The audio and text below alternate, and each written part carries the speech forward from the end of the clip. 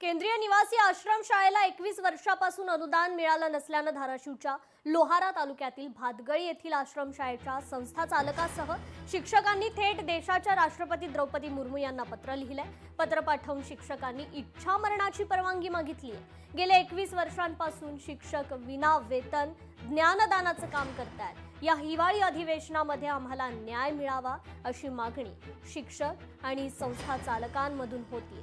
तर आश्रमशाळेच्या शिक्षकांची कर्मचाऱ्यांची संवाद साधलाय आमचे प्रतिनिधी काकासाहेब कांबळे यांनी। आता हे संस्था चालक माझ्यासोबत आहेत। GR काढला गेला, पण त्या तारखी म्हणजे 19 पासून आज तगायत मला 1 रुपया सुद्धा अनुदान मिळालेलं नाहीये। म्हणून अनुदान न मिळाल्यामुळे मी राष्ट्रपती महामहिम राष्ट्रपती 8/25 पासून मी पाठपुरावा करतोय, पण आतापर्यंत मला न्याय मिळालेला नाहीये। त्याच्यामुळे येणाऱ्या कॅबिनेटमध्ये आपण निर्णय घ्यावा आणि महाराष्ट्रातल्या 165 आश्रमशाळेच्या कर्मचाऱ्याचा प्रश्न आणि संस्था चालकाचा प्रश्न निकाली काढावा।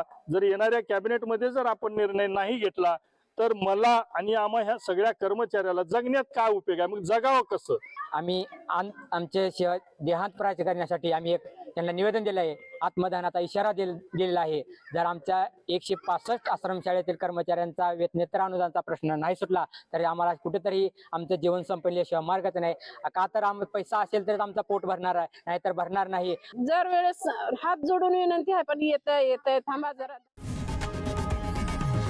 लोकशाही मराठी ऐका, पहा, जागरूक रहा।